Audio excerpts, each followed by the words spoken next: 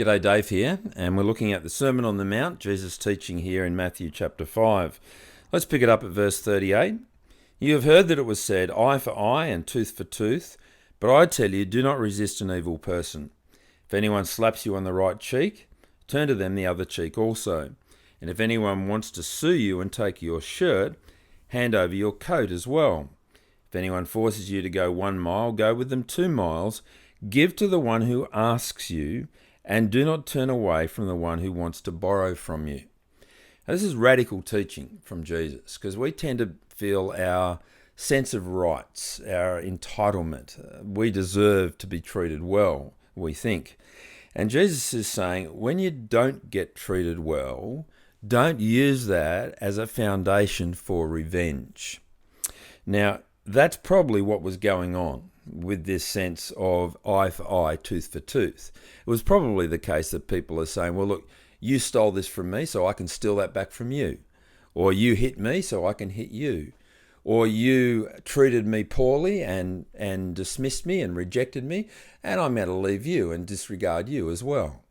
It seems that people were using what was intended to limit and restrict and make punishment in a court of law proportional as a basis for revenge. See, when it says an eye for an eye and a tooth for a tooth, it's saying, look, if someone is brought before the court and they're found guilty of having knocked out somebody's tooth, then you can only punish them to the point of knocking out their tooth. You can't make it disproportionate. You can't knock out all of their teeth. You can't knock their head off. You know, the punishment needs to be proportional to the crime. That was a way of limiting escalation and a way of ensuring that justice was proportional. And now people use it as a basis for revenge.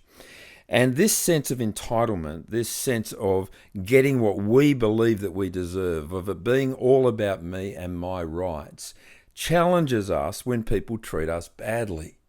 And it's the basis of things like road rage. Somebody cuts you off as you are heading down towards the lights and you fire up inside and you want to chase after them and give them a blast because they cut in front of you.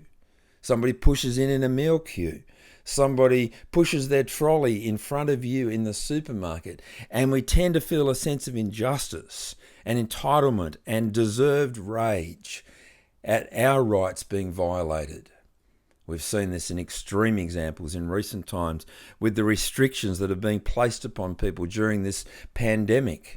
People being told that they can't go out at certain times, that they can't go to work, that they can't travel across town, that they have to wear masks, that they can't open their business, that they've got to be 1.5 metres away from each other. And people are now protesting that their rights are being violated because they're entitled to live as they please. Doesn't matter if others get sick, doesn't matter if people die because of the virus, because, hey, it's my rights.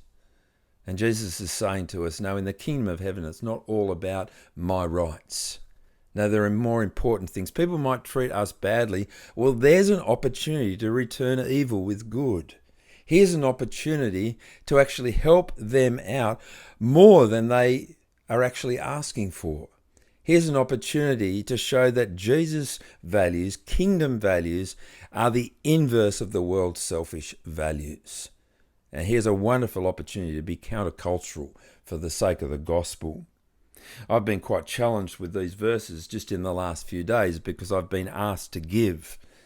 People have asked me for help in a particular area, and I've found myself thinking, now, how can I make sure that I get this back? And how can I make sure that I protect my interests? And what if I actually want to spend money on something? And then I come to these verses, give to the one who asks you, and do not turn away from the one who wants to borrow from you. See, what is Jesus saying in effect? He's saying, trust God to look after your needs. He's got a lot more to say about this in the Sermon on the Mount, but he's saying you don't have to look after your own rights. It's not about your entitlement. If you've got the opportunity to do good, then do more than good. Do more good to others. Don't limit it. Don't restrain it. Don't hold back. Don't make it all about you. Now, in talking about this situation where people might be treating you badly and people might be taking advantage of you and people might be treating you like a doormat, we need to be careful. We need to be careful in what we lay upon others, because these verses are no excuse for abuse. These verses do not condone domestic violence, whether it's a personal affront to another person, whether it's a physical attack, whether it's a sexual attack, whether it's just some kind of grooming behavior. It doesn't permit any of that. It's not saying that evil is okay. And I take it that if somebody's in a situation where they're under threat, where there is danger, where they're at risk or others around them are at risk, then they should step out, step away, get to a safe place. Because the motivation in these verses from Jesus is to seek the welfare of the other person. And by allowing the evil to continue, it doesn't seek their welfare.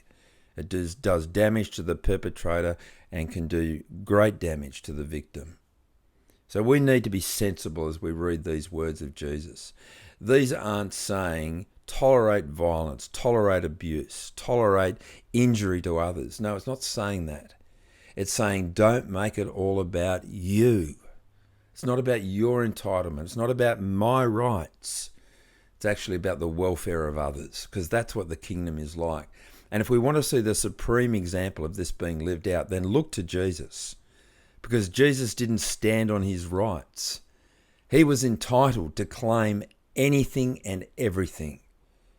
As God came amongst us, he had the right to establish his throne and rule on the spot. But no, Jesus headed to Jerusalem to die on a cross, because he came to establish his kingdom through personal suffering. He gave up his rights so that he could give his life for the forgiveness of others. And Jesus is calling us to follow him.